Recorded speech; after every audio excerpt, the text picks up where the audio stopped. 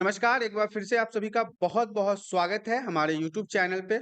फिर से मैं आप सभी के लिए सोशियोलॉजी, समाजशास्त्र, सिंपल पेपर 2024 और ये नंबर 4 होने वाला है। नंबर 1, नंबर 2 और नंबर 3 ऑलरेडी बनाए जा चुके हैं, आज नंबर 4 की बारी है।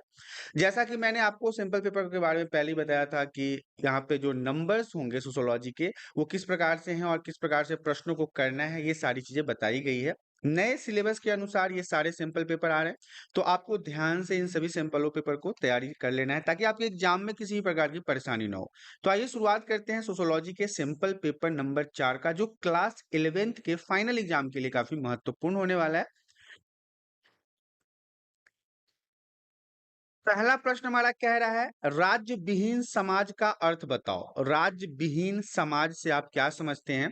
तो देखिए ऐसा समाज जिसमें सरकार की औपचारिक संस्थाओं का अभाव हो, मतलब कि नहीं होते हैं औपचारिक संस्था, ग्रुप या फिर किसी भी प्रकार के कोई संस्थापक नहीं होते हैं, ऐसे समाज को हम राज्य विहीन समाज के नाम से जानते हैं। यदि आपसे प्रश्न पूछा जाए राज्य विहीन समाज किसे कहते हैं तो आप बताएंगे एक ऐसा समाज जिसमें सरकार की कोई भी ऑफिशियल ऑफिसेज नहीं होते हैं, कोई भी संस्था नहीं होता, तो उसे हम राज्य विहीन समाज के नाम से जानते हैं।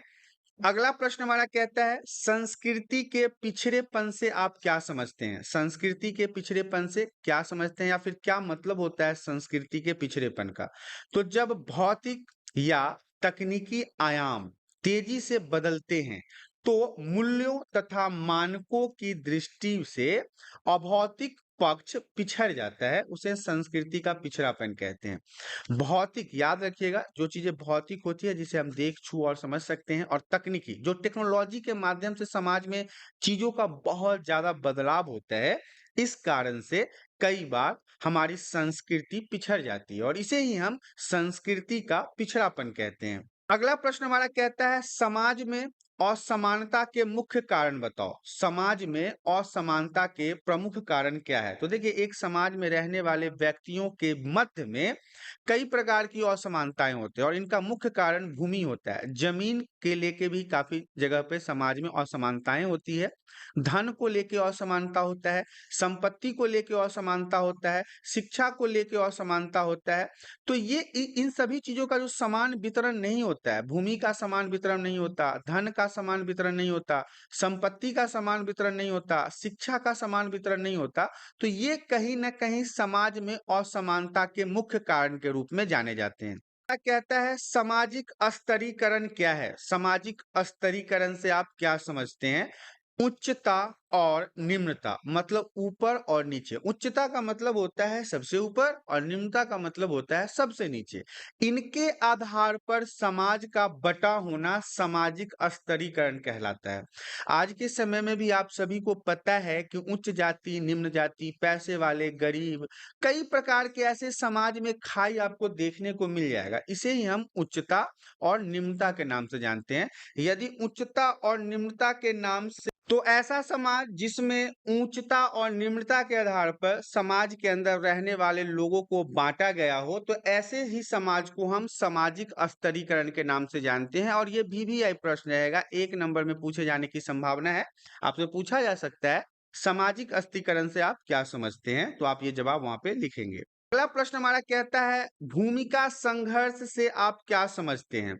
एक से अधिक भूमिका निभाने में जो असंतुलन होता है, एक से अधिक भूमिका निभाने में जो अनबैलेंसिंग होता है, असंतुलन हो जाता है, उसे हम भूमिका संघर्ष के नाम से जानते हैं। अगर आपसे प्रश्न पूछा जाए VVI रहेगा, क्योंकि संघर्ष हमने कई बार पिछले सैंपल पेपर में पढ़ लिया है। अब हमारा प्रश्न जो है वो भूमिका संघर्ष को लेके है। तो एक से अधिक भूमिका निभाने में जो असंतुलन होता है, एक व्यक्ति, एक समाज, एक किसी संस्था को अलग अलग कामों में अपना जो दायित्व देना पड़ता है, वो अलग अलग प्रकार के जो कामों को संभालते हैं, तो इसमें जो असंतुलन हो जाता है उसे हम भूमिका संघर्ष के नाम से जानते हैं। अगला प्रश्न हमारा कहता है सहभागी अवलोकन क्या होता है? सहभागी अवलोकन भी VVI प्रश्न रहेगा, पिछले साल के भी फाइनल एग्जाम में पूछा गया था। इसमें अनुसंधानकर्ता समूह में अजनबी की तरह न रहकर उसका एक अंग बनकर सारी स्थिति का अवलोकन करता है। अब देखिए, सहभागी अवलोकन का क्या मतलब होता है? इसमें जो लोग होते हैं, जो लोग जुड़ते हैं, वो अनजान की तरह नहीं रहते, बल्कि उन ग्रुप में, उन समूह में, उन सभी का एक अंग बन जाते हैं, मतलब एक मेंबर बन जाते हैं और फिर सारी स्थितियों का अवलोकन करते हैं, सारे आंकड़े इकट्ठे करते हैं, सारी जानकारियां इकट्ठे करते हैं। इसे हम सहभागी अवलोकन के नाम से जानते हैं। अगला प्रश्न हमारा कहता है, जन परिवहन किस प्रकार सामाजिक परिवर्तन लाते हैं? जन परिवहन निम्न प्रकार से सामाजिक परिवर्तन लाते हैं। पहला ऑप्शन हमारा कहता है, पहला पॉइंट, जातिवाद के भेदभाव को दूर करते हैं। जाति के बीच में जो भेदभाव होता है, जो एक जाति, उच्च जाति, निम्न जाति, अलग अलग जातियों में जो दूरियां हो जाती है, जो खाई हो जाती है, इसे दूर करने में ये काम करता है। दूसरा पॉइंट है, समाज में गतिशीलता आई है, समाज को और प्रोग्रेस में आगे अग्रसर करने में भी ये मदद करता है। तीसरा पॉइंट हमारा कहता है, समाज की आर्थिक स्थिति को प्रभावित करता है। जो इकोनॉमिकल सिस्टम है, जो वह उनका आर्थिक स्थिति है, इसको भी प्रभावित करता है जन परिवहन। इसके अलावा दिल्ली और दिल्ली के आसपास के शहरों में मेट्रो रेल के कारण बहुत सारे परिवर्तन आया है। देख रहे होंगे आप लोग कि जहां पहले पहुंचने में 2-2 घंटे, 3-3 घंटे लग जाते थे, अब 10 से 15 मिनट में दूरी तय कर ली जाती है। तो ये जन परिवहन में जो समाज में परिवर्तन आ रहा है, जन परिवहन के माध्यम से, इसके बारे में था। अगला प्रश्न हमारा कहता है, सर्वेक्षण पद्धति के तत्व बताओ। सर्वेक्षण पद्धति से आप क्या समझते हैं? तो सर्वेक्षण का नियोजन जो है वो सर्वेक्षण पद्धति के अंतर्गत आता है। आंकड़ों को इकट्ठा करना भी सर्वेक्षण पद्धति के अंतर्गत आता है। आंकड़ों का विश्लेषण तथा विवेचन करना, मतलब उसको व्याख्या करना और एक्सप्लेन करना, ये भी सर्वेक्षण पद्धति के अंतर्गत ही आता है। आंकड़ों को प्रस्तुत करना, जितने भी आंकड़ों को इकट्ठा किया जाता है उसको विश्लेषण करके प्रस्तुत करना लोगों के सामने, ये भी सर्वेक्षण पद्धति के तत्व में आता है। सर्वेक्षण पद्धति का मतलब होता है सर्वे, किसी भी जगह पर जाकर वहां के सभी आंकड़ों को इकट्ठा करना, उनकी सभी जानकारियों को कलेक्ट करना ही सर्वेक्षण कहलाता है। अगला प्रश्न हमारा कहता है, सामाजिक नियंत्रण क्या है, इसके प्रकार को बताओ। तो सामाजिक नियंत्रण वीवीआई प्रश्न रहेगा। सामाजिक नियंत्रण से आप क्या समझते हैं? यह एक ऐसी प्रक्रिया जिसके द्वारा समाज में व्यवस्था स्थापित होती है, एक प्रकार का नियम, रेगुलेशन स्थापित होता है और बनाए रखी जाती है, मतलब इसी नियमों को वहां पे पालन भी करवाया जाता है। मुख्य रूप से सामाजिक नियंत्रण जो है वो दो प्रकार का होता है। पहला होता है औपचारिक नियंत्रण, जिसमें राज्य, कानून, पुलिस की सहायता से किया गया नियंत्रण औपचारिक नियंत्रण कहलाता है। आप सभी को पता है कि एक देश में, एक राज्य में पुलिस जो है वो कानून को, शांति को बहाल करने में पूरा अपना महत्व देता है और उसको नियंत्रण में रखता है। इसमें अपराध की गंभीरता के अनुसार दंड दिया जाता है। जो व्यक्ति जिस प्रकार के अपराध को करेंगे उसे उसी प्रकार का दंड भी मिलेगा। एग्जाम्पल के लिए, मान लो किसी ने किसी का बाइक को चोरी कर लिया है। बाइक चोरी करने के बाद अब क्या होगा? पुलिस उसे लेके जाएगी, अदालत पहुंचेगा, उसे फांसी तो नहीं मिलेगी ना, क्योंकि वो इतना बड़ा गुनाह तो नहीं किया। चोरी को इतना बड़ा गुनाह नहीं माना जाता। लेकिन अगर कोई व्यक्ति किसी का खून कर देता है तो इसमें शायद हो सकता है कि उसे फांसी की सजा भी मिल जाए। अगला पॉइंट हमारा कहता है अनौपचारिक नियंत्रण। पहला औपचारिक नियंत्रण था, दूसरा है अनौपचारिक नियंत्रण। समाज द्वारा, अर्थात धर्म, प्रथा, परंपरा द्वारा किया गया नियंत्रण अनौपचारिक नियंत्रण कहलाता है। जैसे जातीय नियमों का उल्लंघन करने पर गांव में हुक्का पानी बंद कर दिया जाता है। कोई, अब गांव के नियम कानून की बात कर ले, अब कोई ऐसा व्यक्ति है जो अपने जाति को छोड़ के दूसरे जाति में शादी कर लिया हो, तो गांव में क्या होता है? उस व्यक्ति को गांव से अलग थलग कर दिया जाता है, किसी भी प्रकार के कार्य में नहीं बुलाया जाता, समाज से उसको अलग कर दिया जाता, पार्टी फंक्शन भोज भात में भी उसे नहीं बुलाया जाता। इसी को हम कहते हैं हुक्का पानी बंद कर देना। अगला प्रश्न हमारा कहता है, कानून और प्रतिमान में क्या अंतर है? ये भी वीवीआई प्रश्न है, कानून और प्रतिमान के बीच का अंतर। तो कानून स्पष्ट नियम है, जबकि प्रतिमान अस्पष्ट है। कानून क्या है? बिल्कुल साफ सुथरा आपको समझ में आएगा, लेकिन प्रतिमान में आप कंफ्यूजन से रहोगे, ये स्पष्ट रूप से आपको दिखाई नहीं देगा, ना आप समझ पाओगे। दूसरा पॉइंट है, कानून सरकार द्वारा नियम के रूप में स्वीकृत है, मतलब संविधान ने इसे स्वीकृति दिया है, जबकि प्रतिमान नहीं है। कानून का उल्लंघन करने पर आपको सजा मिलेगी, कोर्ट कचहरी के धक्के खाने पड़ सकते हैं, पुलिस के डंडे का भी आप लाभ उठा सकते हैं यदि आप कानून का उल्लंघन करते हैं तो। जबकि प्रतिमान में ऐसा नहीं है, होता है तो ठीक है, नहीं होता है तब भी ठीक है। अगला प्रश्न, इसी में अगला पॉइंट है हमारा, कानून सार्वभौमिक रूप से स्वीकृत है। भारत के रहने वाले सभी लोगों को इस कानून का पालन करना जरूरी है। जबकि प्रतिमान जो है वो सामाजिक परिस्थिति के अनुसार होता है, समाज के परिस्थिति के अनुसार बदलता है। लोग मानते हैं, नहीं मानते हैं, छोड़ देते हैं, एक्सेप्ट करते हैं, रिजेक्ट करते हैं। तो ये सारी चीजें जो था वो कानून और प्रतिमान के बीच के अंतर को दर्शाता है।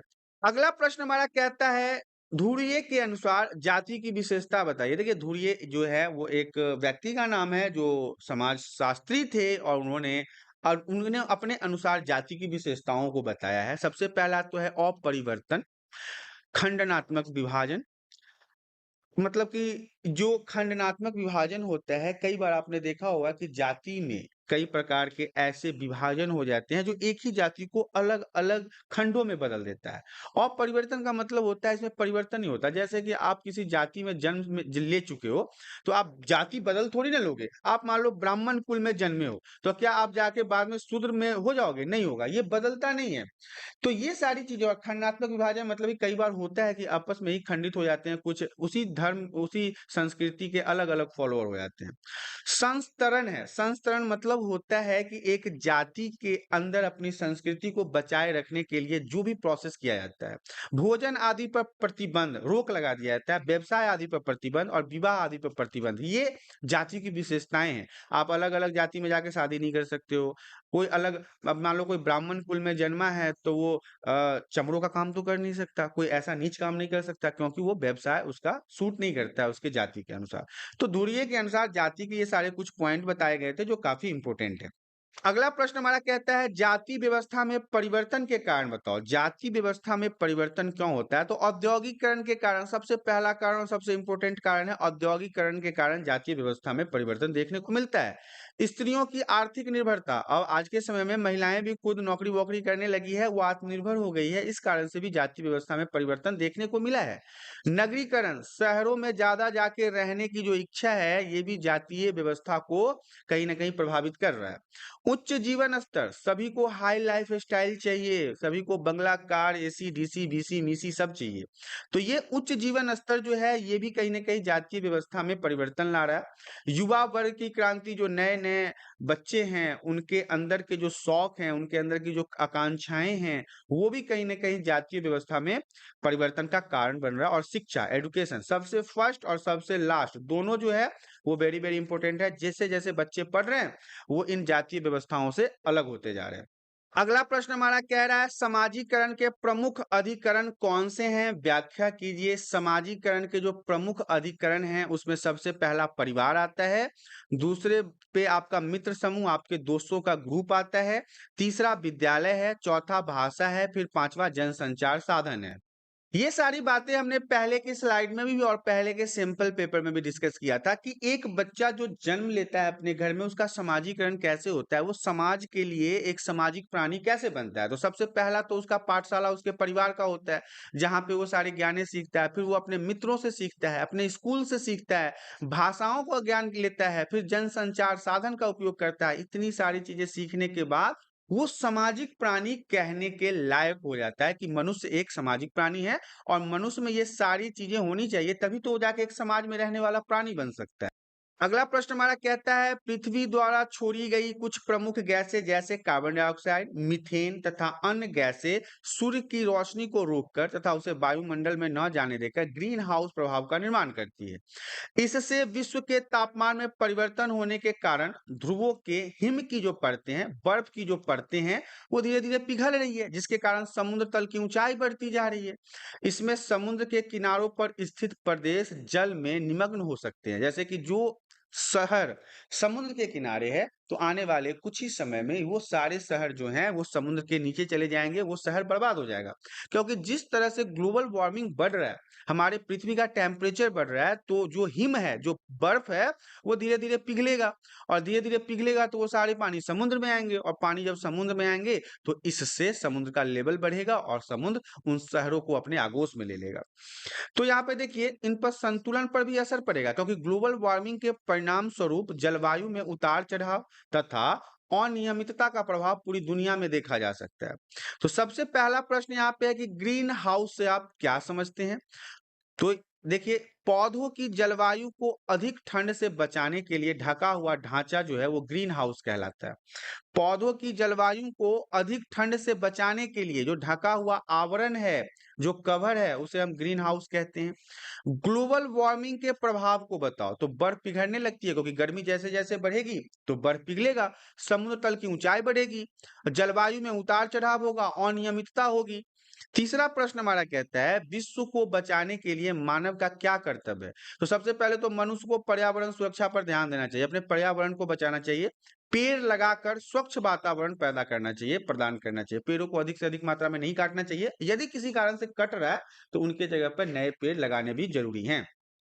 इस तरह से आपने देखा सोशियोलॉजी समाजशास्त्र सिंपल पेपर नंबर 4 था ये, जो क्लास 11th के लिए काफी महत्वपूर्ण है क्योंकि नए सिलेबस के अनुसार बताया गया है।